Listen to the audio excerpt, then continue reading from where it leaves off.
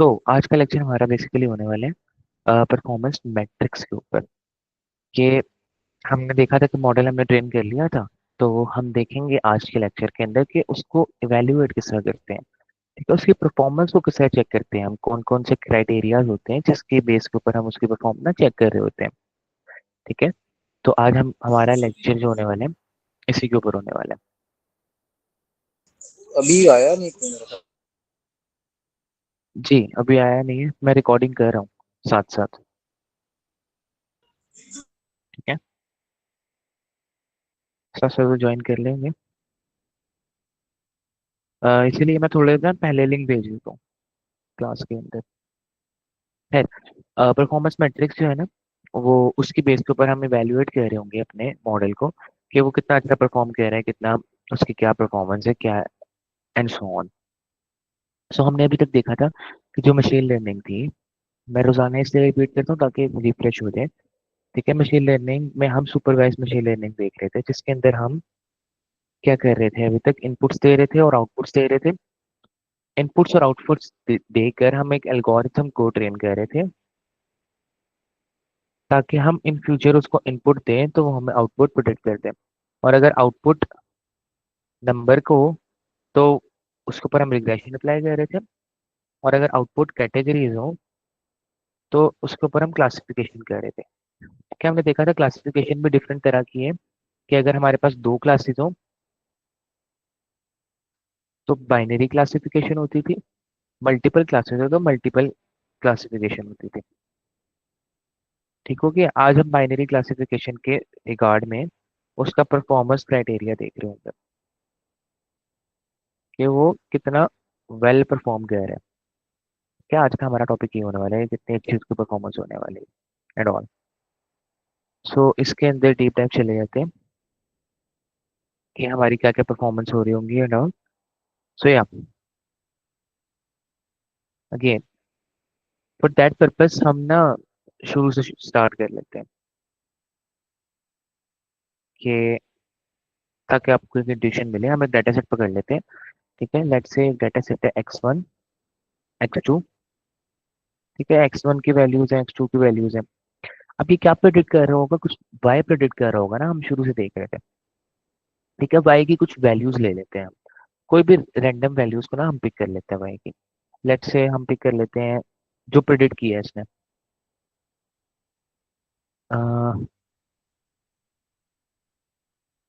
Let's say हमने ये ना एक प्रिडिक्शन ले लिया। उसके अलावा जो y जो था हमारा एक्चुअल y था, ये हमारा प्रिडिक्शन थी, हमने देखा था ये। ठीक है, इसको हम पहले लेक्चर से देख रहे हैं। ठीक है, और हम हमारा एक्चुअल y तो जो था वो ये था, प्रिडिक्ट इसने ये करके दिया है। ठीक है, एक्चुअल y हमारे पास लेट्स से ये ले लेते हैं। एक्चुअल y का कॉलम हमारे पास ये आ गया। ठीक है, और प्रिडिक्टेड y का कॉलम हमारे पास ये आ गया। अब हमने देखना है कि मॉडल ने कितना वेल परफॉर्म किया। ठीक है, कितना वेल परफॉर्म किया, तो उसके लिए सबसे पहला काम हम करते हैं कि एक मैट्रिक्स ड्रॉ करते हैं। उसका नाम होता है कंफ्यूजन मैट्रिक्स। कंफ्यूजन मैट्रिक्स के नाम से ही आपको जाहिर हो रहा होगा कि कंफ्यूजन को वो रिजॉल्व कर रहा होगा। ठीक है, कंफ्यूजन मैट्रिक्स का ना 2x2 मैट्रिक्स होते हैं एक ये। ठीक है, वो इस तरह ड्रॉ करते हैं हम। 2x2 ये मैट्रिक्स होते हैं एक सिंपल। 2x2 ये मैट्रिक्स होते हैं जिसके अंदर इस तरह की कुछ वैल्यूज पड़ी हुई होती हैं, प्रेडिक्शन और एक्चुअल। ठीक हो गया, इस तरह की कुछ वैल्यूज आपके सामने अवेलेबल हो रही होंगी। ये 2x2 मैट्रिक्स होगा।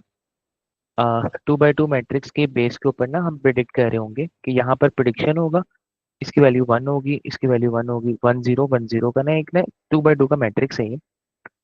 अब देखना है। ठीक है, अब इसको ना इसके अंदर प्लॉट करने की कोशिश करते हैं। मैट्रिक्स के अंदर 1 0 को हम किस तरह प्लॉट करेंगे, दोबारा इसको ना किस तरीके से हम लिख लेते हैं ताकि आपको आइडिया हो जाए। 1 0 1 0, ये जो है ये प्रिडिक्शन है। ठीक है, ये जो है ये एक्चुअल है। अब इसको प्लॉट करें मैट्रिक्स के अंदर। 1 0 क्या आएगा, 1 और 0 क्या है, 1 और 0 कहाँ पर आएगा हमारा, 1 और 0 किधर रहेगा हमारा?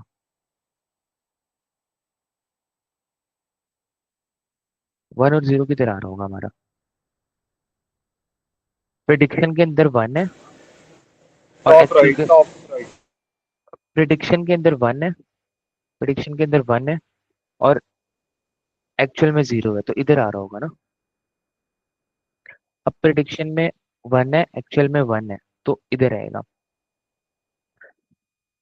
प्रिडिक्शन में 0 है, एक्चुअल में 0 है, तो अब किधर आएगा? Bottom right. बॉटम राइट के अंदर आएगा। ठीक है, ये किधर आएगा? Top right. इसको हम एक एडिशन कर लेंगे, ये भी टॉप राइट के अंदर आएगा, इसको भी हम ऐड कर लेंगे, अब 3 हो गया। ये किधर आ रहा होगा? 1। ठीक है, प्रिडिक्शन में 1 वैसे 0, यहाँ पे हम 2 कर लेंगे। प्रिडिक्शन में 0 वैसे 1, यहाँ पे हम ये कर लेंगे। ठीक है, प्रिडिक्ट तो 0 वगैरह है लेकिन वैसे 1 है, तो यहाँ पर ये चीज हो गई। अब इसके अंदर हमने चीजें प्लॉट कर ली हैं। ठीक है, यहाँ तक कोई कंफ्यूजन हो? अब इसी बेस के ऊपर ना हम इंट्यूशन निकाल रहे होंगे, यहाँ तक कोई किसी किस्म की कंफ्यूजन हो? कि हमने क्या कहा था कि यार हमारे पास एक डाटा सेट है, डाटा सेट के अंदर ना एक प्रिडिक्ट की है हमने वैल्यूज। ठीक है, ये डाटा सेट था हमारा, इनपुट कॉलम जितने मर्जी हो सकते हैं। डाटा सेट के अंदर वैल्यूज आई, हमने एक कॉलम था हमारा प्रिडिक्शन का, प्रिडिक्ट कर लिया, और ये एक्चुअल वाई था। अब हमने इसको कंफ्यूजन मैट्रिक्स के अंदर प्लॉट किया, दैट्स इट। अभी तक कोई कंफ्यूजन हो यहाँ तक?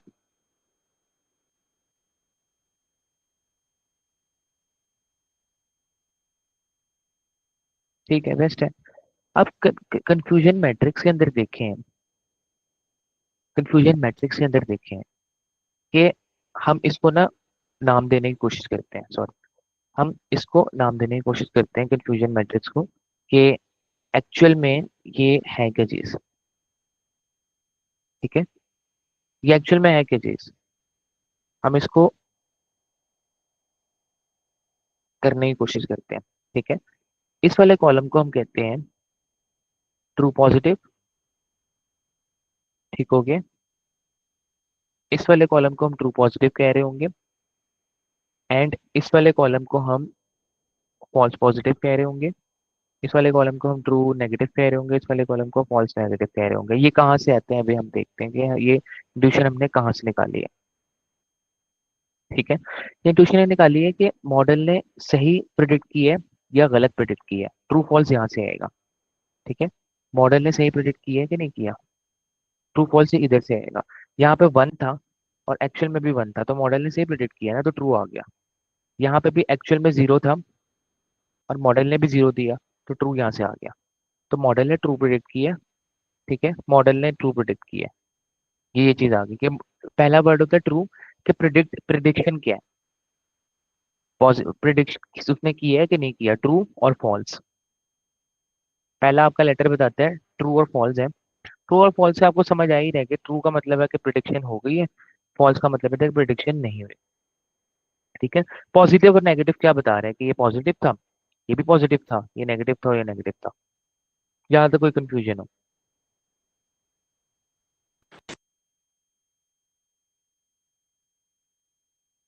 यहाँ तो कोई कंफ्यूजन हो? इसको हम दोबारा ना, इसको हम दोबारा क्लीनर वे में कर लेते हैं। ठीक है, हमने मैट्रिक्स को ड्रॉ कर लिया था, कंफ्यूजन मैट्रिक्स को। कंफ्यूजन मैट्रिक्स में हम देख रहे थे कि ठीक है, 1 0 1 0, इसके अंदर हमने वैल्यूज को प्लॉट कर लिया था आपने। ठीक हो गया, इसको कहते हैं हम ट्रू पॉजिटिव। ठीक है, इसको हम इस बेसिस के ऊपर नाम देंगे ट्रू, फॉल्स और पॉजिटिव और नेगेटिव। इन दो बेसिस के ऊपर हम इसको ना नाम दे रहे होंगे। यहाँ तक क्लियर है?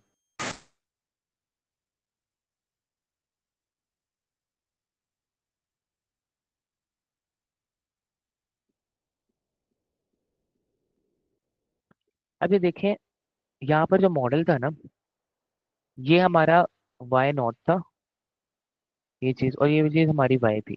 अब देखें, वाई भी 1 है, प्रेडिक्शन भी 1 है। अब वो कहेगा कि देखो कि इसने प्रेडिक्ट सही करके दिया, मॉडल ने नहीं करके दिया, मॉडल ने सही प्रेडिक्ट किया है कि नहीं करके दिया। तो ये ट्रू और फॉल्स बताएगा कि मॉडल ने सही प्रेडिक्ट किया है कि नहीं किया। ये देखिए मॉडल ने सही प्रेडिक्ट किया ना, यहाँ पे भी 1 है, यहाँ पे भी 1 है, यहाँ पे भी 0 है, यहाँ पे भी 0 है, मॉडल ने सही प्रेडिक्ट करके दिया। इन दिस केस सही प्रेडिक्शन नहीं है, यहाँ पे 1 था मॉडल ने 0 बना के दिया, यहाँ पे 0 था मॉडल ने 1 बता के दिया, तो फॉल्स आ गया। पॉजिटिव ये बताएगा कि ये पॉजिटिव नंबर है या नेगेटिव नंबर है। ठीक है, इन दैट केस ये पॉजिटिव नंबर है तो पॉजिटिव आ जाएगा, नेगेटिव होगा तो नेगेटिव आ जाएगा। कोई कंफ्यूजन हो? ये पॉजिटिव है ना, 1 पॉजिटिव है तो पॉजिटिव आ गया, 0 नेगेटिव है तो नेगेटिव आ गया। कोई कंफ्यूजन हो?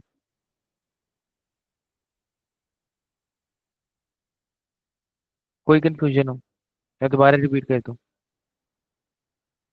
और आपसे बताएं? ठीक है, बेस्ट है। अब कंफ्यूजन मैट्रिक्स के जरिए से ना हम ये चीजें निकालनी होती है। पहले सबसे पहला हमारा काम होता है कि इन चीजों को निकाल लें, ट्रू पॉजिटिव, फॉल्स पॉजिटिव, ठीक है, फॉल्स नेगेटिव और ट्रू नेगेटिव। इनको क्यों निकालना होता है अभी पता लग जाएगा। इनके जरिए से हम मॉडल की ना बेसिक लेवल के ऊपर ना 4 चीजें निकालते हैं। एक्यूरेसी, प्रेसिजन, रिकॉल और F1 स्कोर। आपके जहन में आ रहा होगा कि क्या ड्राउने से नाम ले लिया आपने। तो एक्सप्लेन करता हूँ कि ये 4 चीजें ना इन इन सिंपल वे एक्सप्लेन करता हूँ कि क्या चीजें मैंने बोली हैं ये। ठीक है, तो इसको ना डीप डाइव करते हैं कि ये चीजें जो है वो है क्या असल के अंदर। ठीक है, कोई सवाल हो यहाँ तक? Yes, कोई सवाल? क्लियर? रिएक्ट करती है मेरे, ठीक है, नेक्स्ट है। एक्यूरेसी आपका बताता है कि आपका मॉडल ना ओवरऑल कितना करेक्ट है।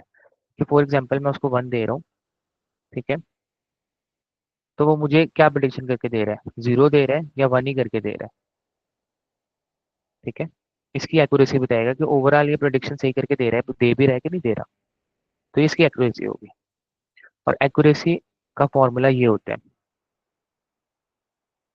एक्यूरेसी का फॉर्मूला होता है true positive plus true negative. ठीक है, ट्रू वाले सारे ऊपर आ जाते हैं और सबसे साथ डिवाइड कर देते हैं हम, टोटल के साथ, टोटल के साथ इसको डिवाइड कर देंगे। ऑब्वियस सी बात है ना कि जो चीज करेक्ट है उसको टोटल के साथ डिवाइड कर देंगे तो हमें एक्यूरेसी मिल जाएगी ना कि कितना मॉडल एक्यूरेट परफॉर्म कर रहा है। सिंपल मैथ है। ठीक है, जितनी चीजें करेक्ट है उसको हम डिवाइड कर देंगे टोटल के साथ, तो हमें एक्यूरेसी मिल जाएगी कि एक्यूरेट कितना मॉडल है हमारा।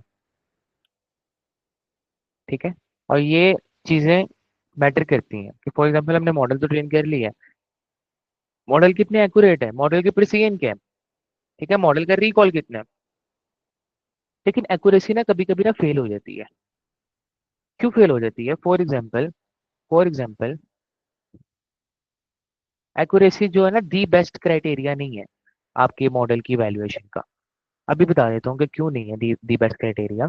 हो सकता है कि यार आपका जो मॉडल है ना वो 90% उसके अंदर पड़ा हुआ 1 और सिर्फ 10% पड़ा हुआ 0। अगर इनबैलेंस डाटा है ना, इनबैलेंस, तो वो क्या करेगा, 90% उसके पास 1 है, 90% उस वो उसको पता है कि मेरे मॉडल के अंदर ना 1 पड़ा हुआ है 90% इन द केसेस। तो अगर हम सिर्फ उसको 1 देते रहेंगे ना, 1 देते रहेंगे ना, तो वो उसकी एक्यूरेसी तकरीबन 100% के करीब होगी। ऑब्वियस सी बात है ना, वो सही प्रेडिक्ट करके दे रहा होगा। लेकिन हो सकता है कि वो 0 के ऊपर फेल हो जाए। इनबैलेंस डाटा है ना। ठीक है, तो इनबैलेंस के ऊपर एक्यूरेसी हमारा सबसे बेस्ट मेजर नहीं होती है। ठीक है, मिसलीडिंग हो सकती है। फॉर दैट पर्पस हमारे कुछ और पैरामीटर्स भी आते हैं, कम इनटू प्ले। वो क्या होते हैं वो हम अभी डिस्कस कर लेते हैं। यहाँ तक कुछ मुझे बताएं कि कंफ्यूजन है? एक्यूरेसी पता लग गई। सिंपल सी बात है कि एक्यूरेट कितना मॉडल है, कितनी अच्छी प्रोडिक्शन कर रहा है आपका मॉडल। ठीक है, इन इन सम केसेस एक्यूरेसी आपकी बड़ी मैटर करती है, इन सम केसेस आपकी प्रिसीजन मैटर करती है, इन सम केसेस आपका रिकॉल मैटर करता है। ठीक है, डिपेंड ऑन द सिचुएशन। ठीक है, कि आपका अगर फॉर एग्जांपल अभी हम देखते हैं प्रिसीजन और रिकॉल क्या होता है। प्रिसीजन और रिकॉल के अंदर ना क्या कहते हैं, डिफरेंस देख लेते हैं कि प्रिजियन क्या होता है और रिकॉल क्या होता है। इसको हम ना एक एग्जांपल से देखते हैं कि प्रिजियन, एक्यूरेसी, क्या कहते हैं, रिकॉल क्या होता है। प्रिजियन और रिकॉल के बारे में ना हम देख लेते हैं कि क्या होता है। प्रिजियन, रिकॉल, इसकी एग्जांपल हम इस तरह ले लेते हैं, ठीक है। इसके एग्जांपल हम इस तरह ले लेते हैं कि कितनी मर्तबा पॉजिटिव वैल्यूज आई हैं। मैंने क्या बोल दिया कि पॉजिटिव वैल्यूज आई हैं। फॉर एग्जांपल मैं इस एग्जांपल ले लेता हूँ कि स्कूल अलार्म है। हम एक स्कूल अलार्म का सिस्टम बना रहे हैं कि जिस तरह ही ना कोई आग लगे ना, तो वो अलार्म बजना शुरू हो जाए, ठीक है। तो प्रेसिडेंट क्या कह रहा है कि कितनी रेशो है कि ये सही टाइम पे बजा।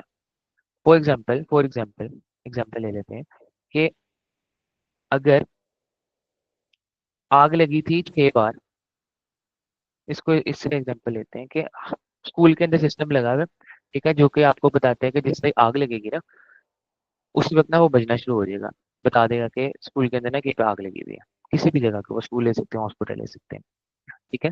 रिजियन आपको कहते हैं कि फॉर एग्जाम्पल अलार्म बजे 10 बार, लेकिन एक्चुअल में आग लगी थी लेट से 6 बार, ठीक है। तो इसने सही प्रिडिक्ट करके नहीं दिया ना, इसने ज्यादा बार बजा दिया अलार्म, ठीक है। और रिकॉल आपको कहते हैं कि आग 10 बार लगी थी, लेकिन मॉडल ने सिर्फ 6 बार बताया कि आग लगी है। अब मेरा आपसे सवाल होगा कि इस केस के अंदर ये वाला क्राइटेरिया ज्यादा मैटर कर रहा होगा या ये वाला, कि अगर ये फेल भी हो जाए तो कुछ नहीं होता, या ये वाला फेल भी हो जाए कुछ नहीं होता, कौन सा फेल भी हो जाए तो चलेगा। बड़े गौर से देखिएगा कि एक मेरे पास सिस्टम है जो मुझे बताता है कि स्कूल के अंदर ना आग लग गई है, ठीक है, या हॉस्पिटल में आग लग गई है। वो अलार्म बजना शुरू हो जाते हैं। पीसीएन के केस में क्या कर रहे हैं हम कि पीसीएन के केस में ये चीज हो रही है कि 10 बार अलार्म बज रहे हैं, लेकिन एक्चुअल में सिर्फ 6 बार आग लगी थी। उसने ज्यादा बार बता दी है, पीसीएन कम हो रही है उसकी, कि यार उसने पॉजिटिव ज्यादा बार बता दिया कि पॉजिटिव है ये चीज, हालांकि थी भी नहीं फिर भी बता दिया। पॉजिटिव को फोकस कर रहा होता है पीसीएन। दूसरे केस के अंदर रिकॉल क्या करते हैं, रिकॉल देख रहा है कि यार नेगेटिव को फोकस कर रहा हूँ मैं।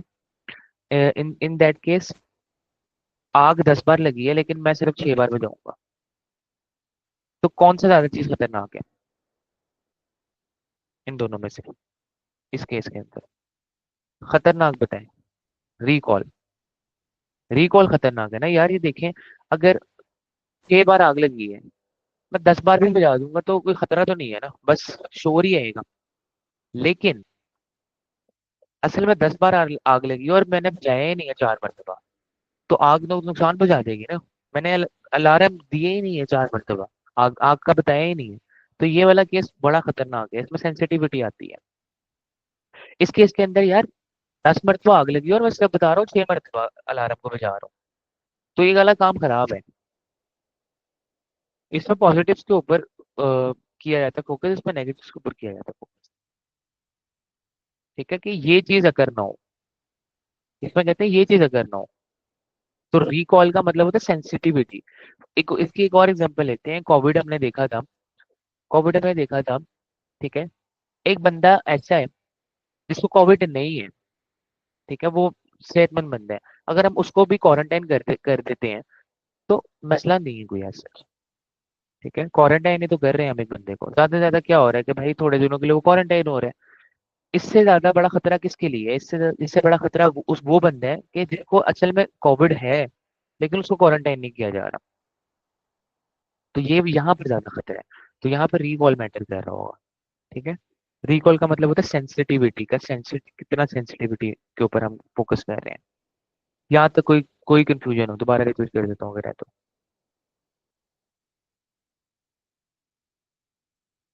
कोई कंफ्यूजन हो यहाँ तक, ठीक है। रिकॉल यही करते हैं। अब रिकॉल का जो होता है ना फॉर्मूला, रिकॉल का फॉर्मूला देख लेते हैं हम क्या होता है। रिकॉल आपको ये बताते हैं। रिकॉल, आप पहले बताएं प्रेसिडेंट किसको फोकस कर रहा था, अभी मैंने बताया था। प्रेसिडेंट किस चीज को फोकस कर रहा था?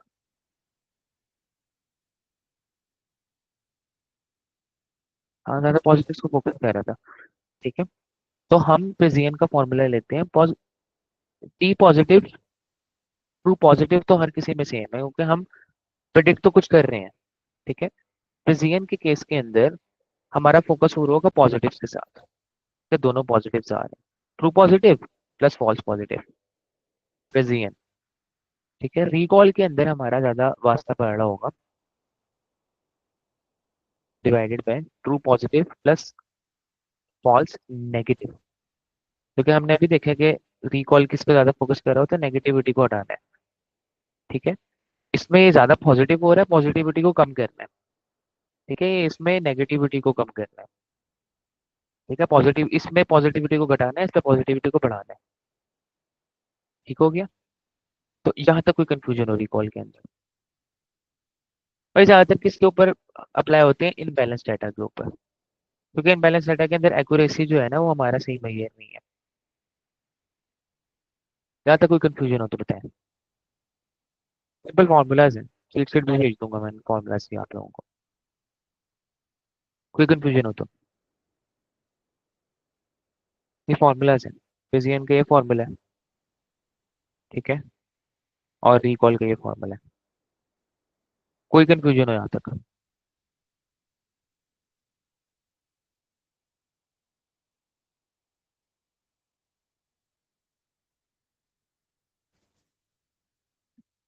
फिजियन,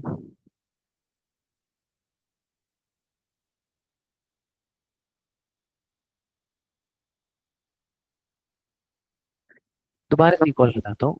फिजियन ये होती है कि यार, फिजियन में ये था कि हमने ज्यादा पॉजिटिव प्रेडिक्ट कर दिए। असल में तो इतने पॉजिटिव नहीं थे, हमने कहा कि ये पॉजिटिव है। मैंने भी लारा को ये बताया कि असल में तो 6 मर्द को आग लगी थी, लेकिन मैंने कह दिया कि यार 10 मर्द को आग लगी है, मैंने ज्यादा पॉजिटिव बता दिया। रिकॉल के अंदर ये हो रहा है, रिकॉल के अंदर मैं कम पॉजिटिव बता रहा हूँ। यार असल में 6 मरतबा आग लगी थी, लेकिन मैं सिर्फ 3 मरतबे अलार्म बजा रहा हूँ। 3 मरतबा आग लगी जा रही है, लगी जा रही है, मैंने अलार्म भी नहीं बजाया।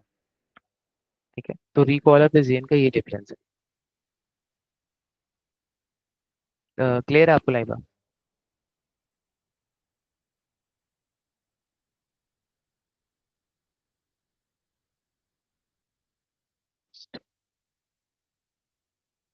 ठीक है, अब एक और मैट्रिक्स आपके पास आता है, मैट्रिक।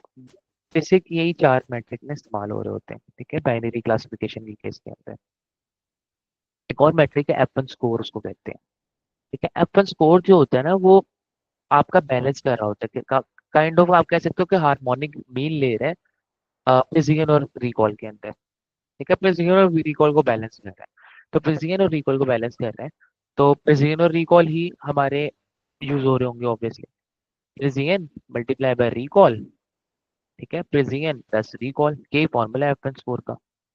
एफ वन स्कोर इसको आपस में हार्मोनिक मीन काइंड ऑफ ना, इसको बैलेंस कर रहा होता है, दोनों को बैलेंस्ड फॉर्म में लेके आ रहा होता है, प्रेसिजन और रिकॉल को।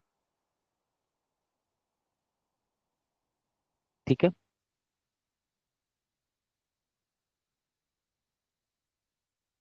इम्बैलेंस डाटा के अंदर सारी चीजें ज्यादा इस्तेमाल हो रही होती है। आगे हम इसको करेंगे, ठीक है, जहाँ पे हमारे इवेल्युएशन मैट्रिक्स होंगे, हम इसको देख रहे होंगे कोडिंग में भी, क्योंकि हमने साइकिल लाइन नहीं पढ़ी ना। हम साइकिल लाइन इसको जब प्रैक्टिकल इम्प्लीमेंटेशन के मूव ऑन कर रहे होंगे, तब इन चीजों को कवर करेंगे। यहाँ तक कोई कंफ्यूजन हो तो बताएं।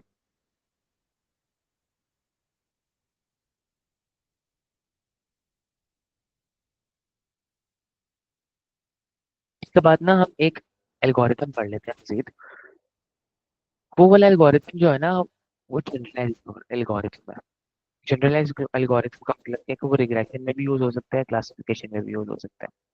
ठीक है, और उस मॉडल का नाम है के मीन्स एल्गोरिथम,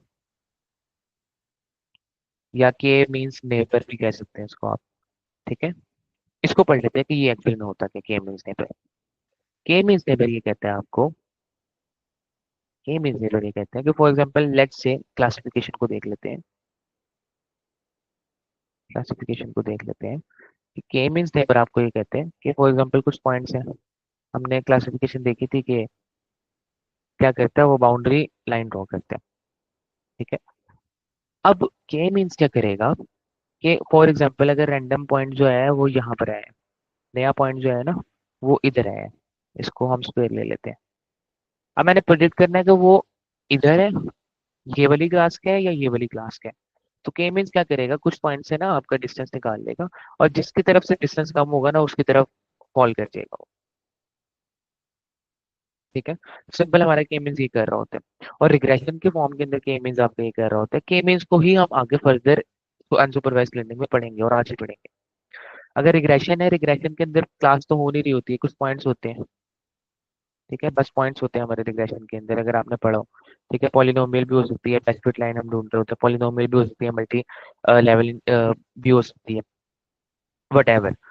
तो हम फॉर एग्जाम्पल नया पॉइंट इधर प्रिडिक्ट कर रहे हैं, तो वो क्या करेगा, अपने जो नियरेस्ट नेबर्स होंगे ना, के मीन हमने नेबर्स पढ़ा था, के मीन नेबर्स, नियरेस्ट नेबर होंगे उनका मीन ले लेगा। ठीक है, ये हम स्पेसिफाई कर सकते हैं कि 5 नेबर्स को देखना है, 10 नेबर्स को देखना है और जहाँ तो कोई कंफ्यूजन हो। के मींस एल्गोरिथम सिर्फ नहीं है। ठीक है, बहुत ही इजी एल्गोरिथम है। वो क्या करता है, वो देखते हैं अपने नियरेस्ट नेबर्स को देखते हैं। ठीक है, रिग्रेशन के केस में मीन ले लेते हैं, मीन अब उस पॉइंट की वैल्यू क्या होगी, इन नेबर्स के मीन होगी। ठीक है, क्लासिफिकेशन में देखते हैं कि जिससे डिस्टेंस कम होगा वो उस क्लास में लाई कर रहा होगा। कोई कंफ्यूजन हो?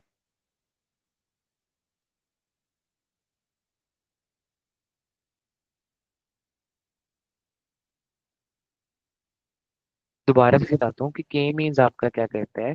के मीन्स क्या करता है कि वो अपने नेबर्स को देखता है। फॉर एग्जांपल इससे ना प्रिडिक्शन आप कर सकते हैं रिग्रेशन मॉडल की भी, क्लासिफिकेशन मॉडल की भी। रिग्रेशन मॉडल क्या होता था कि हमारे पास कुछ नंबर से डाटा होता था, 1.9 1.6 एंड ऑल। उसको हम प्लॉट करते थे ग्राफ के अंदर, यही पढ़ा था ना हमने रिग्रेशन के अंदर। ग्राफ के अंदर प्लॉट करते थे, अब नया पॉइंट आया, मैंने प्रेडिक्ट करनी है इसकी वैल्यू। ठीक है, तो एक तो मेथड है कि यार मैं उसी तरह ही इसका एम फाइंड करूं, फिर बी फाइंड करूं, या तो अगर मल्टीपल है तो मैं सारे बीटास को फाइंड करूं एंड ऑल। जो हमने मल्टीपल रिग्रेशन और लीनियर रिग्रेशन के अंदर पढ़ा है सिंपल के अंदर। अगर पॉलिनोमियल है तो मैं इस तरह का कुछ लाइन बनाऊं, फिर सारे बीटास को फाइंड करूं एंड ऑल।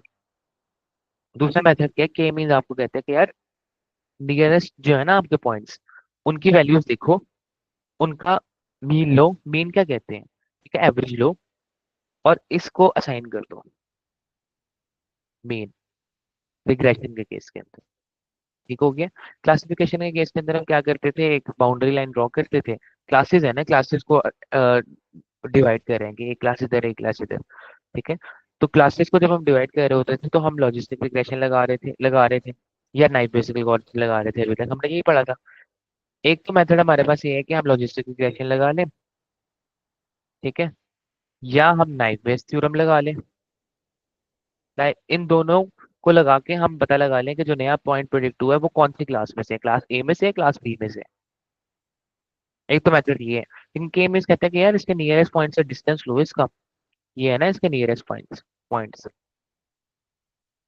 इसके नियरेस्ट ये नया पॉइंट प्रेडिक्ट हुआ है, तो इसके नियरेस्ट पॉइंट के साथ ना इसका डिस्टेंस लो। और जिस क्लास के अंदर ये ज्यादा लाई कर रहा होगा ना, डिस्टेंस जिस क्लास से कम होगा तो वो उस क्लास को प्रेडिक्ट कर दो। फॉर एग्जाम्पल अगर ये क्लास ए है, ये क्लास बी है, नया पॉइंट यहाँ पे प्रिडिक्ट हुआ है, तो यहाँ से ऑब्वियसली इसका डिस्टेंस कम है, तो ये क्लास ए प्रेडिक्ट कर देगा इसकी। वैसे हमें जाना पड़ता तो पूरी लॉजिस्टिक रिग्रेशन को अप्लाई करना पड़ता या नाइपेस थ्योरम को अप्लाई करना पड़ता है। ठीक है, इसके कुछ ड्रॉबैक्स भी हैं, वो ये है कि अगर बहुत बड़ा डाटा सेट हो या आउटलायर्स कुछ आ जाए तो वो अच्छा परफॉर्मेंस नहीं होती है। क्या तो कोई कंफ्यूजन हो? के में जेल गॉड के। ठीक है, अब हमने ना काफी हद तक मशीन लर्निंग के ना एल्गोरिथम्स को ना कवर कर लिया। ठीक है, कुछ एल्गोरिथम रह गए हैं, एसवीएम रह गया या बाइनरी ट्री रह गया, डिसीजन ट्रीज रह गया, लेकिन वो ना काफी एडवांस एल्गोरिथम्स हैं। आपको इतना डेप्थ में उनको पढ़ने की इस टाइम जरूरत है ही नहीं। ठीक है, तो उसका ना मैं इंट्यूशन दे देता हूँ आपको फास्ट फॉरवर्ड, कि वो होते क्या चीज़ है। ठीक है, थोड़ा सा इंट्यूशन हम रखते हैं इसका कि वो एक्चुअल में करते क्या है। स्क्रीन शेयर मैं आपको कर देता हूँ।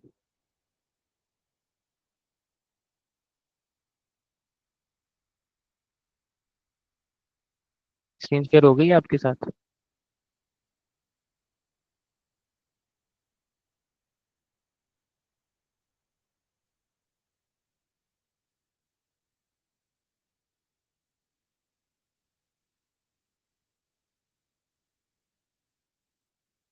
स्क्रीन शेयर है ना?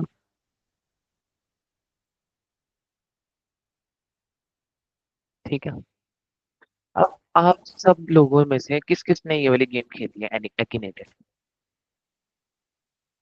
एक्टिनेटर क्या है? एक्टिनेटर जो है ना, मैं इसको हम थोड़ा सा प्ले करके देख लेते हैं। ये बड़ी मशहूर गेम थी। ठीक है, जब ये नई नई आई थी तो खास तौर पे बड़ी मशहूर थी। ये जिस तरह हम एक चीज खेलते थे, कसौटी, अगर किसी ने देखा हो, ये वही चीज है कि करेक्टर्स या कोई चीज, एनिमल्स या कोई ऑब्जेक्ट्स, हम इसको कहते हैं। ठीक है, और ये गेस करके देते हैं। फॉर एग्जाम्पल हम बाबर आजम को गेस करके देखते हैं। ठीक है, तो ये किस बेस के ऊपर इंट्यूशन दे रहा है? इसने पहले मेरे से पूछा, इज योर करेक्टर पाकिस्तानी? अब इसने, मैंने कहा यस। इसने मुझे ऑप्शंस दिए। अब इसने क्या किया, एक ग्राफ निकाली कि ये पाकिस्तान से है। अब ये सिर्फ पाकिस्तान की तरफ फोकस हो रहा है, पूरी दुनिया में से इसने सारी चीजों को निकाल दिया। ठीक है, हमने गेम खेली थी ना एक्टिनेटर। इस इन दिस केस हम बाबर आजम को प्रेडिक्ट करवाना चाह रहे हैं। तो हमने इससे पहला सवाल पूछा था कि आपका जो करेक्टर है वो पाकिस्तानी है, मैंने कहा यस। ठीक है, तो अब इसने क्या किया, पूरी दुनिया में अगर 7 बिलियन लोग हैं, तो अब फोकस किसके ऊपर कर रहे हैं, पहले 7 बिलियन लोग थे, अब उसमें से एक लाख के ऊपर फोकस कर रहे हैं, पाकिस्तानी। ठीक है, अब वो मेरे से पूछ रहा है कि is your character known for making YouTube videos? मैं कहूंगा नहीं, ऐसा ऐसा नहीं है, मेरा कैरेक्टर यूट्यूब वीडियोस नहीं बनाता ऑब्वियसली। ठीक है, अभी क्या होगा, सारी पॉसिबिलिटीज में से ना यूट्यूब वीडियोस को हटा देगा। अब पूछ रहा है कि वो औरत है? मैं कह रहा हूँ नहीं भाई, बाबर आजम औरत नहीं है। ठीक है, फेमस टीवी ड्रामा नहीं। हमने यस तो नहीं कर दिया था औरत पे, पता नहीं, खैर।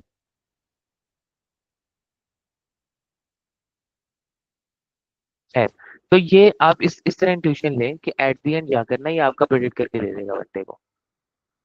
ठीक है, कुछ ही सवाल के अंदर, is your character cricket player? Yes. ठीक है, ये प्रेडिक्ट करके दे देगा आपको। पता नहीं वो मैरिड है कि नहीं है, खैर। इसमें 2-3 सवालों के अंदर मुझे प्रेडिक्ट करके दे देना है,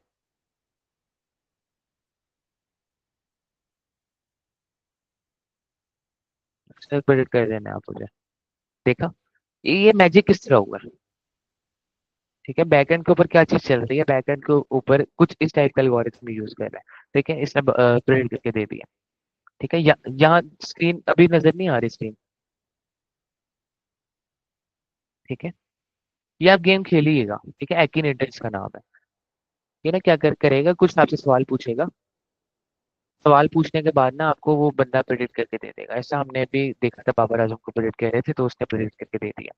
दैट्स इट। ठीक है, तो ये क्या कर रहा है, ये ना बैकएंड के ऊपर ना कुछ इस तरह का ना एल्गोरिथम को अप्लाई कर रहा है। ठीक है, अब स्क्रीन क्लियर है ना? क्लियर है ना? बैकएंड के ऊपर कुछ इस तरह के ना एल्गोरिथम को ना अप्लाई कर रहा है। वो ये है कि फॉर एग्जांपल हमारे पास डेटा सेट ये है ना, डेटा सेट ये है, तो हम इसका ना बनाने के ट्री। ट्री हमने क्या बना लिया, किस बेस के ऊपर बना लिया, आउटलुक, आउटलुक के ऊपर, बेस के ऊपर बनाया। डाटा को ना हम ट्री की फॉर्म के अंदर ना तोड़ देंगे। ठीक है, ट्री की फॉर्म में क्यों तोड़ेंगे, ताकि हमें एक पॉसिबिलिटी मिलना शुरू हो जाए। जैसे हमने भी देखा था कि पहला उससे सवाल किया था कि यार आपका जो क्रिकेट प्लेयर है, ठीक है, वो बताए मुझे, पाकिस्तानी है, जो आपने गैस करना है वो पाकिस्तानी है, कौन है वो? तो मैंने कहा जी पाकिस्तानी है। तब उसने अपनी पॉसिबिलिटीज में देखा पाकिस्तानी, तो वो उस पॉसिबिलिटी में चला गया। ठीक है, उसने बाकी सारी पॉसिबिलिटीज जो हैं वो निग्लेक्ट कर दी। देखें, इस तरह की अगर कुछ पॉसिबिलिटी होती है उसके सामने, तो जी आपके सामने नजर आ रहा होगा। ट्री में से पहले सनी निकल रहे हैं, ओवरकास्ट निकल रहा है, रेनी निकल रहा है। इस तरह की ना पॉसिबिलिटीज होती हैं कि पाकिस्तानी है, अमेरिकन है, and all and all and all. तो उसने देखा पाकिस्तानी है, तो वो उस वाली पॉसिबिलिटी में आ गया। इस तरह कर करके वो ना एंड के ऊपर पहुंच के उसने अपना आंसर निकाल लिया। ठीक है, तो डिसीजन ट्री का होता है, हम अपने डाटा सेट को ना in form of tree represent करने की कोशिश करते हैं। ठीक है, रिप्रेजेंट क्यों करते हैं? ताकि हम ट्री की बेस के ऊपर ना डिसीजंस ले लें। डिसीजन ट्री है ना, नाम इसका डिसीजन ट्री है। और ठीक है, आपको इंट्यूशन दे दिए कि डिसीजन ट्री क्या काम करते हैं। In the form of tree, फिर हम इसको ना प्रेडिक्ट करने की कोशिश करते हैं, इसमें से ना चीजें निकालने की कोशिश करते हैं। ठीक है, जैसे हमारे पास डाटा सेट था outlook, temperature, humidity, windy and golf and all, कि वो इस बेसिस के ऊपर मुझे बताओ कि डाटा सेट क्या कह रहा है कि मुझे आउटलुक बताओ, टेम्परेचर बताओ, ह्यूमिडिटी बताओ, ठीक है, और विंडी कंडीशन बताओ। इस बेस के ऊपर प्रेडिक्ट करके दो कि बंदा गोल्फ खेलेगा कि नहीं खेलेगा।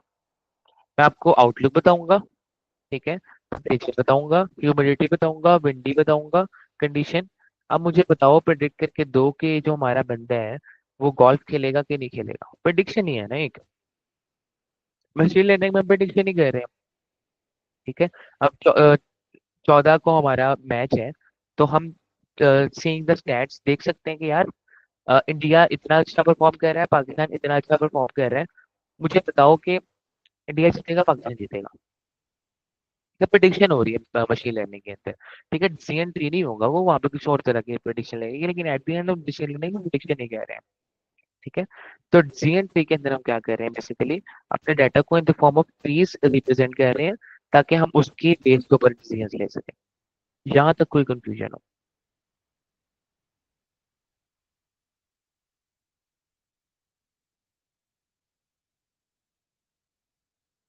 यहाँ तक कोई कंफ्यूजन हो? ठीक है, ये गेम ना खेलिएगा जरूर, आपको ना मजा आएगा। एक्टिनेटर अगर किसी ने खेली हुई है पहले? ठीक है, मैं रिपीट कर देता हूँ। ठीक है, एक्टिनेटर आप गेम खेलिएगा, मैं रिपीट कर देता हूँ। रिपीट क्या करना है कि मेरे पास, हमने भी एक गेम खेली थी एक्टिनेटर। ठीक है, एक्टिनेटर क्या कर रहा था, इंट्यूशन के लिए मैंने आपको बताया। जैसे हमने बचपन में कसौटी वगैरह खेली होगी कि मैं आपको कुछ कहूँ कि यार मैंने जहन में एक बंदा का नाम सोचा है, चीज का नाम सोचा है, जगह का नाम सोचा है। अब आप कुछ ना सवाल करोगे, उस सवालों के बेसिस के ऊपर ना आप गेस करोगे वो चीज, कि वो चीज क्या हो सकती है। हम बचपन में ये खेली भी होगी गेम। ठीक है, नहीं भी खेली तो इट्स ओके। तो एक्टिनेटर क्या करता है, आपसे ना कुछ सवाल पूछता है। जैसे हमने अपने केस के अंदर ना बाबर आजम का सोचा था।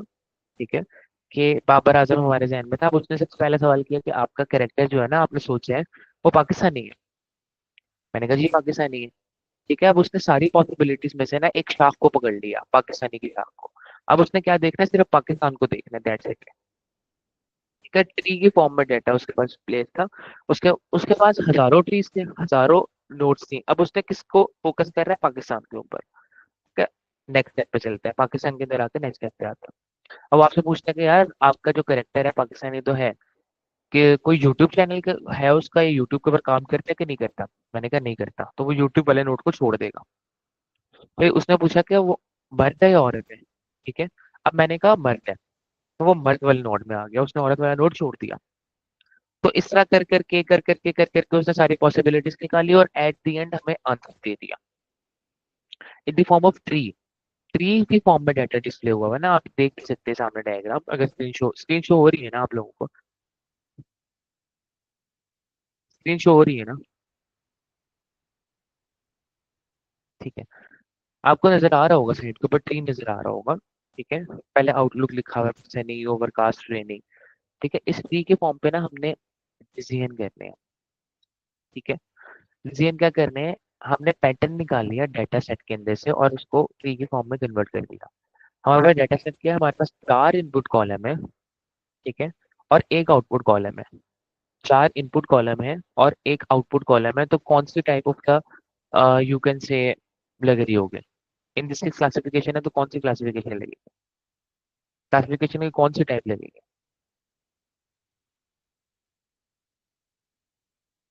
जल्दी से बताते हैं, ग्राफ आप बताएं। हमारे पास 4 इनपुट कॉलम है और एक आउटपुट कॉलम है।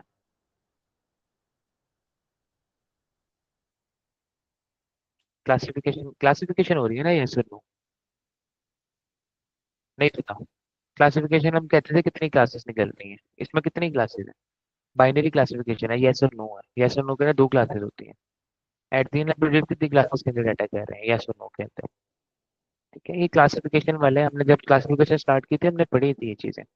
इसे रिवाइज करते रहे, वरना मैं अगेन रिपीट कर रहा हूँ, क्या फायदा, कुछ नहीं हो रहा होगा कोर्स को करने का आपके। अगर यहाँ पे 3 से 4 होते, यस, नो, मे बी, तो ये मल्टी क्लास क्लासिफिकेशन हो जाती है। मल्टीपल क्लासेस है यहाँ पे। इस इन दिस केस सिर्फ दो क्लासेस हैं, यस और नो की। ठीक है। अब इन दैट केस मेरे पास 4 कॉलम्स आ रहे हैं, मैंने उसको ट्री के अंदर डिस्प्ले कर दिया। ठीक है। अब वो देखेगा कि आउटलुक, अब मैं उसको देता हूँ यार आउटलुक रेनी है, टेम्परेचर हॉट है। ठीक है। आउटलुक रेनी है, टेम्परेचर हॉट है, या ह्यूमिडिटी हाई है, तो मुझे बताओ कि वो गोल्फ खेलने जाएगा कि नहीं जाएगा। तो मैं ट्री के अंदर आया, ट्री के अंदर रेनी के अंदर गया सबसे पहले, फिर ह्यूमिडिटी देखी हाई, और बता दिया कि वो गोल्फ खेलने नहीं जा रहा। ठीक है। ठीक है, यहाँ तक कोई कंफ्यूजन हो? मैं ट्री में से देख के ना शाखों में से जा जाके उसको प्रेडिक्ट कर दूं। यार आउटलुक मैंने देखा सबसे पहले उसने मुझे क्या दिया, रेनी दी है। ठीक है, मैं रेनी में गया, रेनी के अंदर मैंने ह्यूमिडिटी देखी हाई है, तो वो गोल्फ खेलने नहीं जा रहा है, मैंने प्रेडिक्ट कर दिया। किस किस बेसिस के ऊपर प्रेडिक्ट किया मैंने, आउटलुक और ह्यूमिडिटी के बेसिस। यहाँ तो कोई कंफ्यूजन हो? अब क्लियर हो गया? DC entries.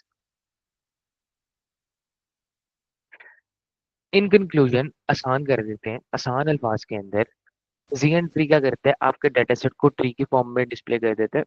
ठीक है, और ट्री की फॉर्म में फिर आपकी प्रोडिक्शन कर रहा होता है। ठीक है।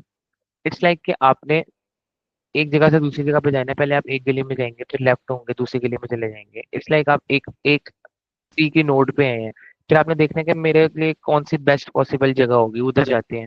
फिर देखते हैं कि मैं कौन सी बेस्ट पॉसिबल जगह पे जा सकता हूँ, उधर जाके फिर अपना कंक्लूजन निकाल लेते हैं, बाकी सबको इग्नोर कर देते हैं। डिसीजन ट्री ये करता है। ठीक है। कोई कंफ्यूजन हो यहाँ तक किसी किसी को भी?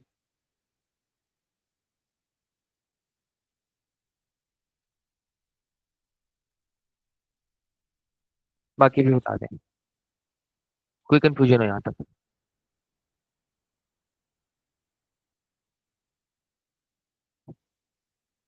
ठीक है। लाइबा क्लियर है अब आपको?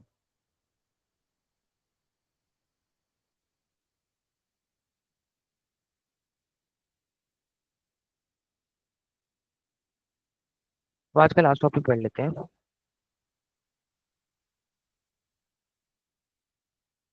आज का लास्ट टॉपिक होने वाला है आपका अनसुपरवाइज लर्निंग की तरफ मूव ऑन करेंगे। ठीक है। इन फ्यूचर अगर मुझे और आपको फील हुआ तो हम डिसीजन ट्रीज का ना मैथमेटिक्स भी पढ़ लेंगे। ठीक है, कि पैटर्न के ऊपर क्या मैथ हो रहा होता है।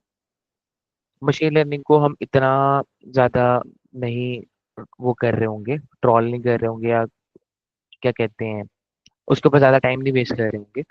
ठीक है, हम चीजों को जो जो इंपॉर्टेंट है वो देख के ना मूव ऑन कर रहे होंगे, और इसको हम जब हम क्या कहते हैं इम्प्लीमेंटेशन कर रहे होंगे साइकिल के थ्रू, तब भी देख लेंगे। अनसुपरवाइज लर्निंग हम पहले दिन से पढ़ रहे हैं यार, क्या चीज होती है। अभी तक हम सारा जो एल्गोरिथम्स पढ़ रहे थे वो सुपरवाइज के थे, रिग्रेशन, क्लासिफिकेशन एंड ऑल। ठीक है, रिग्रेशन के अंदर भी हमने सिंपल, मल्टीपल, पॉलिनोमियल, क्लासिफिकेशन के अंदर बाइनरी, मल्टी क्लास और नाइव बेस, ये सारे जो एल्गोरिथम पढ़े हैं। उसके अलावा दोनों का कॉमन एल्गोरिथम डिसीजन ट्री और के मीन्स, ये सारे ये सारी चीजें जो है ना ये सुपरवाइज की हैं। अब अनसुपरवाइज डाटा जल्दी से आप बता दें, लाइबा आप ही बता दें कि अनसुपरवाइज मशीन लर्निंग क्या थी। अनसुपरवाइज मशीन लर्निंग क्या थी?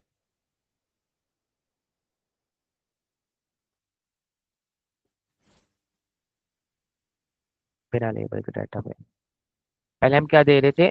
सुपरवाइज मशीन लर्निंग का क्या रोड मैप हो रहा था, इनपुट, आउटपुट, एल्गोरिथम को ट्रेन कर रहे थे, ताकि हम फ्यूचर में इनपुट दें तो हमें आउटपुट प्रोडिक्ट हो जाए। इस तरह का कुछ हो रहा था। अब तो यहाँ पर हमारे पास है ही नहीं, क्या कहते हैं, लेबल ही नहीं है। तो अब हम क्या करें? सोचें, ऐसा डाटा आपको कहाँ पे मिल सकता है जिसका कोई लेबल ना हो, रियल लाइफ सिनेरियो के अंदर।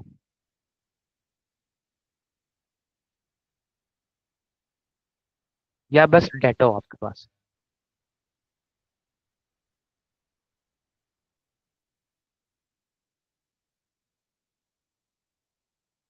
किसी के जहन में आ रहा हूँ, किसी के जहन में आ रहा हूँ।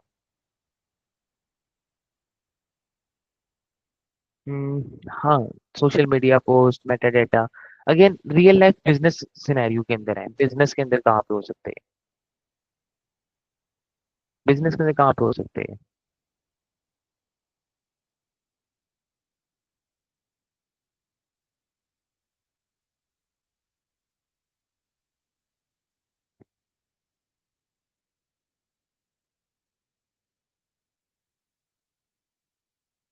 बिजनेस के अंदर कहाँ पे हो सकते हैं?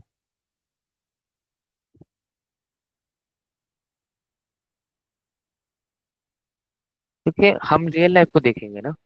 आपसे कोई मशीन लर्निंग का एल्गोरिथम बनवाने आएगा तो वो बिजनेस मैन ही होगा ज्यादातर।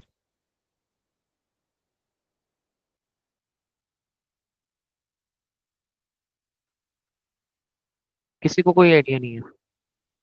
कॉमन सेंस की बेस के ऊपर सोचिए कि कहाँ पे यूज हो सकता है ऐसा डाटा कि जिसमें कोई लेबल ना हो, बस डाटा हो हमारे पास।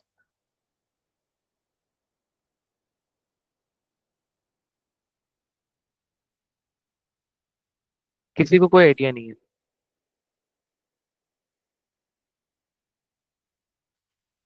बिल्कुल सही, ठीक है। वेबसाइट विजिटर्स का हो सकता है। बेहतरीन एग्जाम्पल।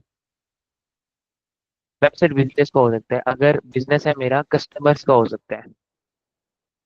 कस्टमर्स को हम सेगमेंटेशन कर सकते हैं। ठीक है। वेबसाइट विजिटर्स का हो सकता है। लेट्स से वेबसाइट विजिटर्स की एग्जांपल ले लेते हैं।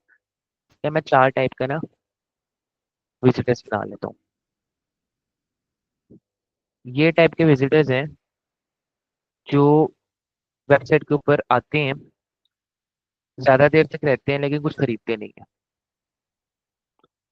ये टाइप के विजिटर्स हैं जो वेबसाइट के ऊपर आते हैं, ज्यादा देर तक भी रहते हैं और खरीदते भी हैं। ये टाइप्स ऑफ विजिटर्स हैं जो वेबसाइट पे ना ज्यादा देर तक रहते हैं ना कुछ खरीदते हैं, थोड़ी देर के लिए आते हैं और ना कुछ खरीदते हैं वापस चले जाते हैं। ठीक है। और ये टाइप्स ऑफ द डाटा है, कस्टमर्स हैं जो रहते तो बहुत कम है लेकिन खरीद के चले जाते हैं। तो मुझे एक्स एक्सिस के ऊपर बताएंगे क्या चीज हो सकती है,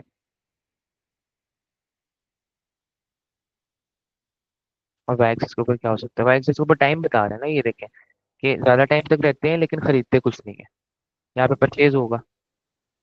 रैंडम मैंने एग्जांपल लिया वेबसाइट से। ठीक है।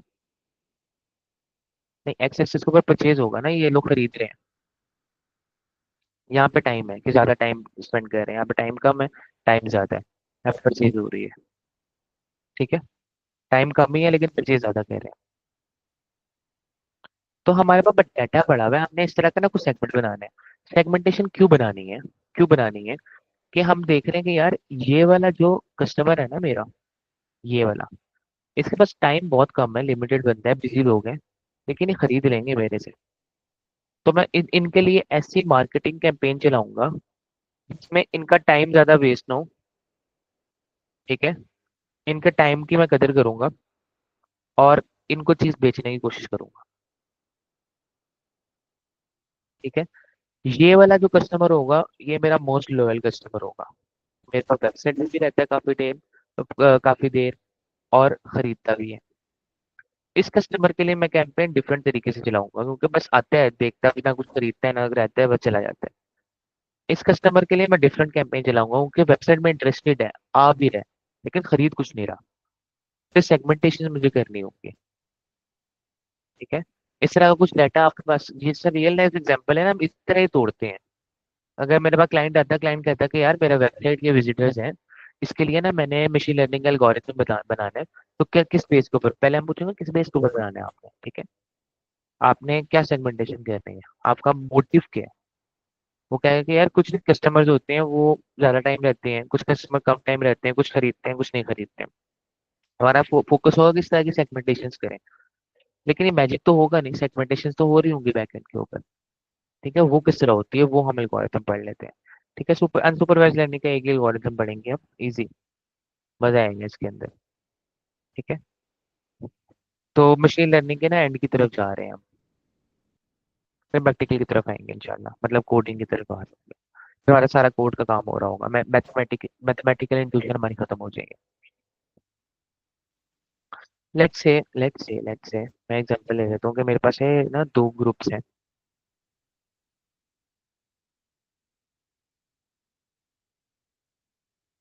ठीक है, मुझे पता है कि ये एक ग्रुप बन रहा है, आपको भी पता है कि ये दूसरा ग्रुप बन रहा है, लेकिन ये मशीन को नहीं पता, मशीन को किस तरह बताएंगे हम। ठीक है, तो उसके लिए सिंपल मैथमेटिक्स का एल्गोरिथम है। के मींस क्लस्टरिंग। क्लस्टरिंग का मतलब क्या होता है कि हम क्लस्टर्स बनाते हैं। ठीक है, क्लस्टर्स बना रहे हैं। हमने पहले दिन यही पढ़ा था कि मैं आपको देता हूँ 10 या 30 बॉल्स देता हूँ मिक्स करके, जिसमें से 10 लाल हैं, 10 ग्रीन है, 10 येलो हैं। तो हम उसको सेगमेंटेशन कर सकते हैं ना, क्लस्टर्स बना सकते हैं। ठीक है, आपको पता होगा कि यार रेड बॉल्स हैं तो मैं रेड बॉल्स लैदा कर देता हूँ, ग्रीन लैदा कर देता हूँ, येलो लैदा कर देता हूँ। ठीक है, मशीन को नहीं पता ना वो पैटर्न किससे निकालेगा। मशीन तो मैथ कैलकुलेट करके कुछ मैथ पैटर्न निकालेगा ना। तो के मीन्स का हमने एक और एल्गोरिथम अभी पढ़ा है सुपरवाइज के लिए। तो वो क्या था, के मीन्स क्या कर रहा था, के मीन्स क्या कर रहा था,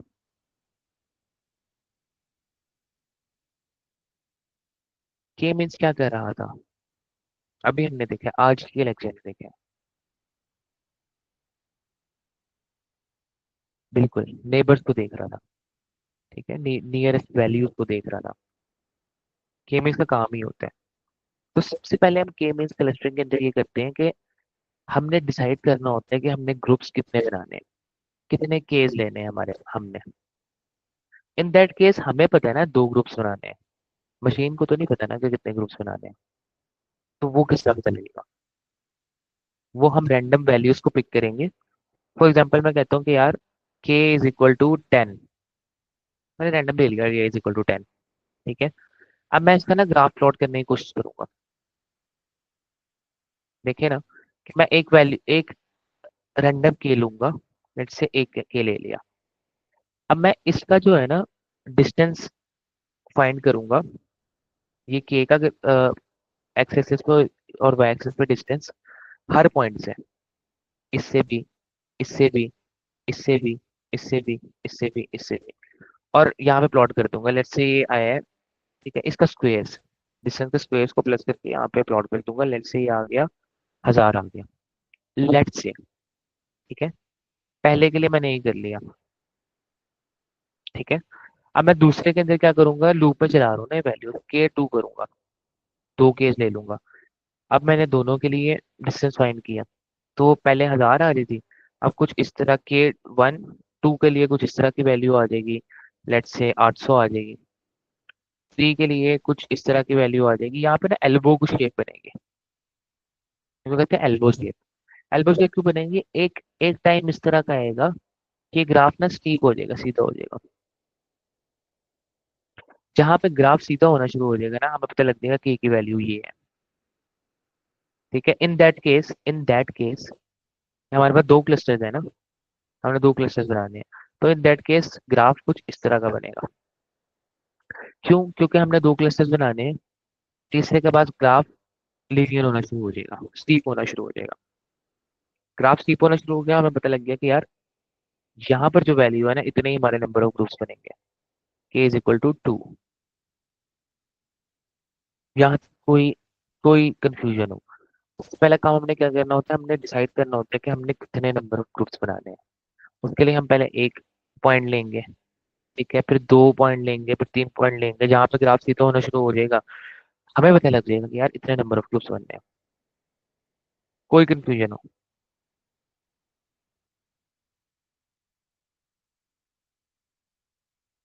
है तो पूछ लो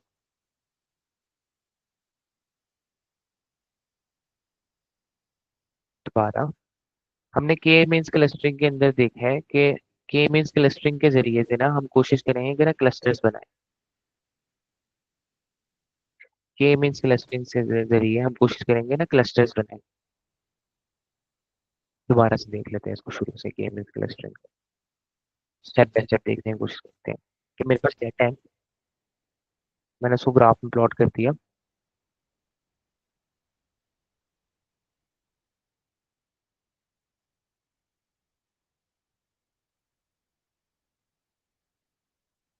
आपकी नजर में हमजा बताएं कि इससे कितने क्लस्टर्स बन सकते हैं। दो। ठीक है, बेस्ट दो बन सकते हैं। देखिए ये तो आपको पता है ना, मशीन की कुछ पता लगेगा। ठीक है, उसके लिए ना मेथड्स डिफाइन होते हैं। सबसे पहले नंबर पे हम देखते हैं कि हमने कितने क्लस्टर्स बनाने हैं, हाउ मेनी केज। और ये हमें किससे पता लगेगा, ये तो आप बता रहे हैं ना कि दो क्लस्टर्स बन सकते हैं। ये मशीन को कैसे पता लगेगा। ठीक है, यहाँ पे डाटा प्लॉट हो गया है, चलो हमें भी पता लग गया। ठीक है, हम डाटा को देख के हम भी बता देंगे, कस्टम कोड कर देंगे कि यार दो के हैं। डाटा इतना बड़ा है, इतना कॉम्प्लेक्स है कि हमें समझ नहीं आ रही डाटा इस तरह का है। ये तो मैं बना रहा हूँ ना, क्या कहते हैं, सर्कल और आपके सामने एक्स। डाटा तो इसलिए पड़ा होगा आपके सामने।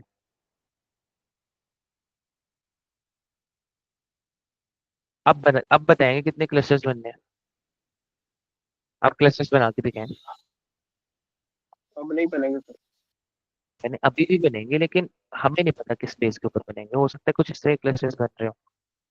ठीक है, हो सकता है कुछ यहाँ पे क्लस्टर्स बन रहे हो।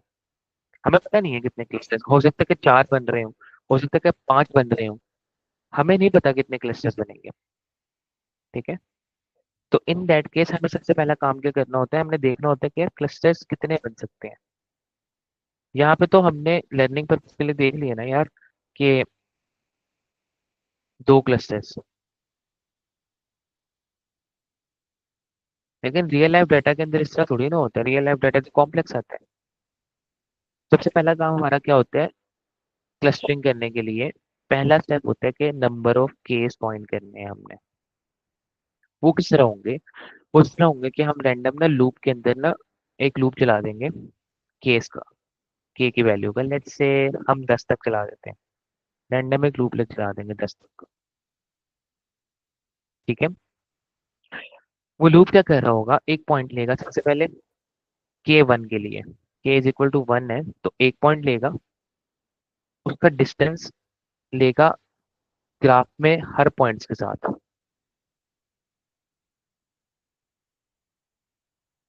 हर पॉइंट के साथ उसका डिस्टेंस लेना है।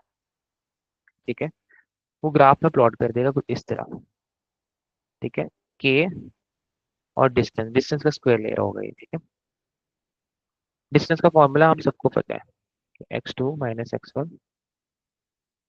का square plus Y two minus Y one का स्क्वायर। Basic maths. डिस्टेंस एक पॉइंट ये है, एक पॉइंट ये है। ठीक है, इन दोनों के बीच में मुझे डिस्टेंस निकालना है तो मैं इस फॉर्मूले के थ्रू निकाल सकता हूँ। ठीक है, तो मैंने डिस्टेंस ले लिया एक पॉइंट का, वो कुछ इस तरह की यहाँ पे वैल्यू आएगी। फिर मैंने दो, के इज इक्वल टू टू हुआ तो मैंने दो पॉइंट्स ले लिए रैंडम। फिर मैंने दोनों पॉइंट से डिस्टेंस लिया, कोई वैल्यू यहाँ पर आ गई। ठीक है, एक पॉइंट आएगा कि नहीं यहाँ पे एल्बो शेप का ग्राफ बनेगा। जहां पर जहाँ पे लाइन सीधी होना शुरू हो गई है ना, इस पॉइंट के ऊपर जो के की वैल्यू होगी ना, उतने नंबर ऑफ क्लस्टर्स बनेंगे। इन दैट केस हम ले लेते हैं दो। यहाँ पे के की वैल्यू टू है ना, तो हमारे क्लस्टर्स कितने बनेंगे डाटा के अंदर, दो। ठीक है, क्लियर है सबको यहाँ तक। बेस्ट है, पहला काम हमने कर लिया कि दो क्लस्टर्स बनेंगे। ठीक है, रैंडमली वैल्यू को देख के डिस्टेंस लिया, देख लिया कि हमारे पास 2 क्लस्टर्स बनेंगे। ठीक है, हमारे पास पहला काम आ गया, k is equal to 2। Data वही है हमारे पास।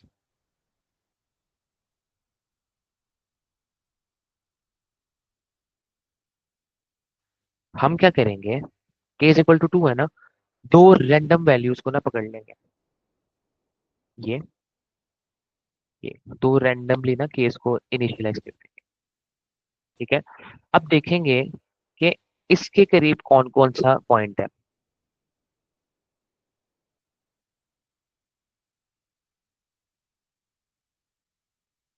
ठीक है, इसके करीब जो जो पॉइंट होगा ना, उनका मीन लेके, फॉर एग्जांपल इसके करीब ये पॉइंट है और इसके करीब ये पॉइंट है। देख रहे हैं ना हम कि कौन से पॉइंट्स किस वाले के करीब हैं, k1 है लेट्स से, या ये k2 है। ठीक है, हमने देख लेना है कि कौन से के करीब कौन कौन से पॉइंट्स हैं। इसको देखने का सबसे बेहतरीन तरीका कौन सा हो सकता है, परपेंडिकुलर लाइन ड्रॉ कर देंगे हम इन दोनों के बीच में। ग्राफ को क्लीन कर दे तो अंदाजा हो जाएगा। ठीक है, लेट्स से मेरे पास ये दो पॉइंट्स हैं, मैं इसके अंदर ना परपेंडिकुलर लाइन ड्रॉ कर दूंगा। ठीक है, परपेंडिकुलर लाइन ड्रॉ करने का क्या फायदा होगा मेरे पास, ये देखिए मेरे पास परपेंडिकुलर लाइन आ गई। फायदा क्या होगा कि लाइन के इस तरफ जो होंगे वो ऑब्वियसली इसके करीब होंगे, लाइन के उस तरफ जो होंगे वो ऑब्वियसली इस वाले पॉइंट के करीब होंगे।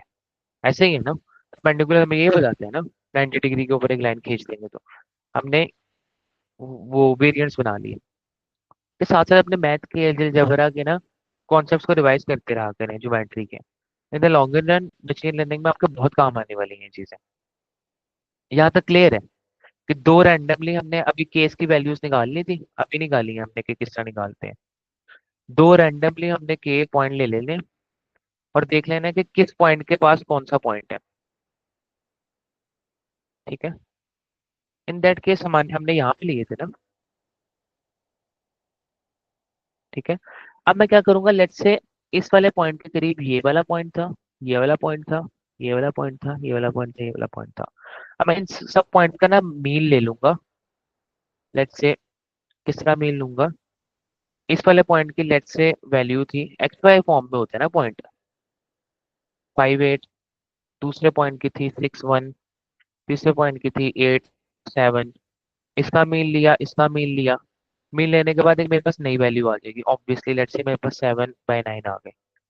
वो मैं पॉइंट की वैल्यू दे दूंगा इस के को।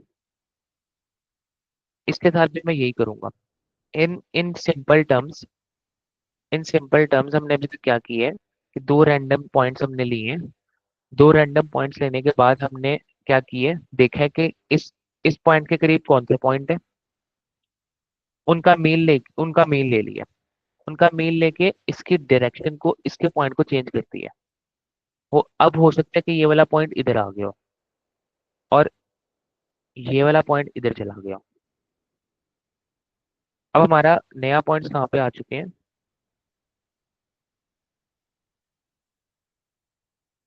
के यहाँ पे आ चुके हैं, k2 यहाँ पे आ चुके हैं। मीन ले लिया ना, अब इसके डायरेक्शन वैल्यूज को चेंज करे जा रहे हैं। फिर हम वही करेंगे काम, परपेंडिकुलर ड्रॉ कर सकते हैं। ठीक है, इन सब के वैल्यूज देखेंगे, फिर मीन लेंगे। मीन लेने के बाद लेट से अब मेरा k1 आ गया है इधर और k2 आ गया है इधर। अब मीन लेंगे तो इसके अंदर कोई चेंजिंग होगी, बताएं जरा।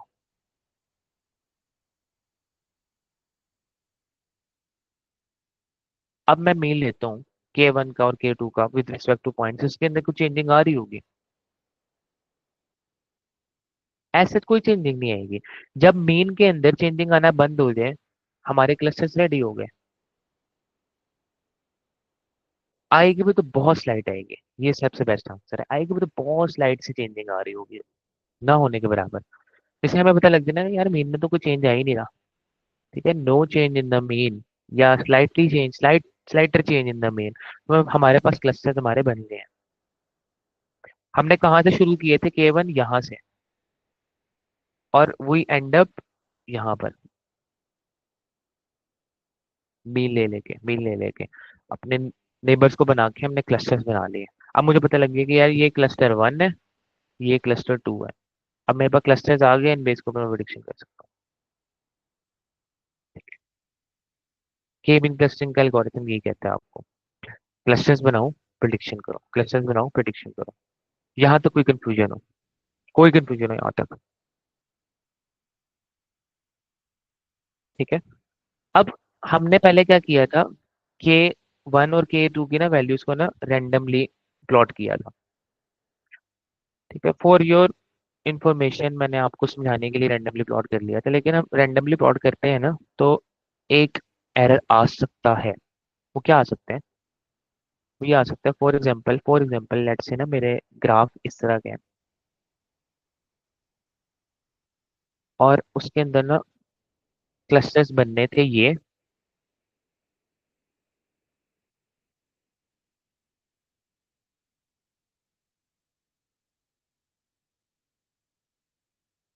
3 क्लस्टर्स बनने थे, लेकिन मॉडल ने बना दिए ये 3 क्लस्टर्स।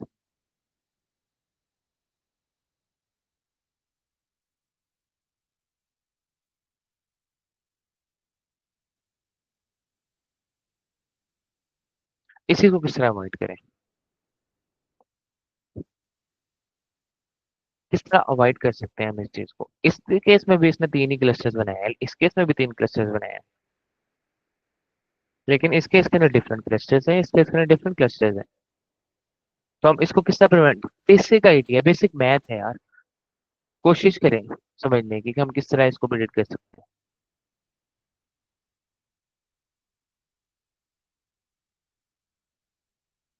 किस तरह प्रिडिक्ट कर सकते हैं हम इसको।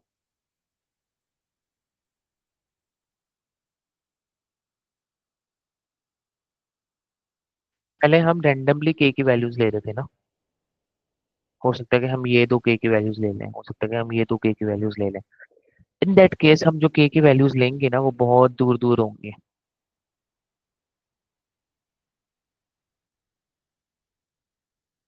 दूर दूर होंगी तो हमारा जो होगा ना मॉडल हेलुसिनेट नहीं कर रहा होगा। ठीक है।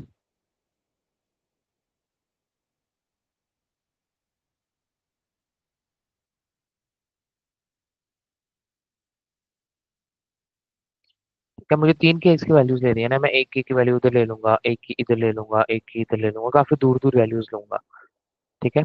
या एक की इधर ले लूंगा, एक की यहाँ पे ले लूंगा, यहाँ पे ले लूंगा, यहाँ पे ले लूंगा। अब वो दूर दूर वैल्यूज लेने का फायदा ये होगा कि ये इसको फोकस कर रहा होगा, ये वाला इसको फोकस कर रहा होगा, और ये वाला इसको फोकस कर रहा होगा। पहले हम रैंडमली वैल्यूज को उठा रहे थे, रैंडमली वैल्यूज हम कुछ भी ले सकते हैं ना, रैंडमली मैं ये 3 वैल्यूज ले सकता हूँ। लेकिन इस इन दैट केस इस चीज से प्रिवेंट करने के लिए और भी मेथड्स हो सकते हैं, लेकिन सिंपल मेथड यही है कि हम पास पास लेने के बजाय ना दूर दूर केस की वैल्यूज ले लें। यहाँ तो कोई कंफ्यूजन हो?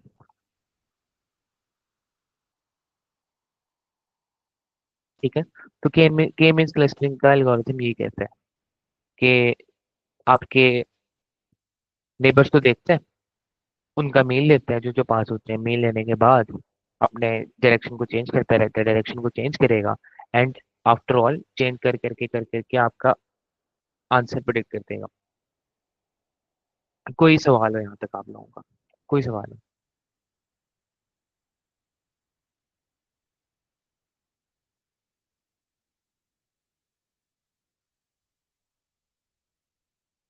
कोई सवाल हो?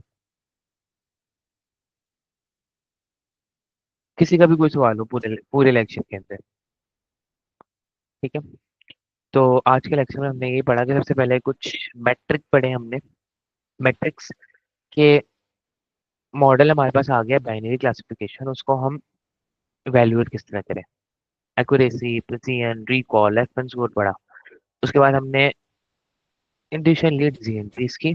उससे पहले हमने पढ़ा था के मींस नेबर, जो हमने क्लासिफिकेशन में भी अप्लाई किया था, रिग्रेशन में भी अप्लाई किया था। फिर हमने डिसीजन ट्रीज की इंट्यूशन ली। ठीक है, इसका मैथ हम पढ़ लेंगे, ठीक है, टाइम मिला तो हमें। और डिसीजन ट्रीज पढ़ा हमने। डिसीजन ट्रीज पढ़ने के बाद हमने क्या पढ़ा है, अनसुपरवाइज लर्निंग के अंदर के मींस क्लस्टरिंग। कोई सवाल हो यहाँ तक?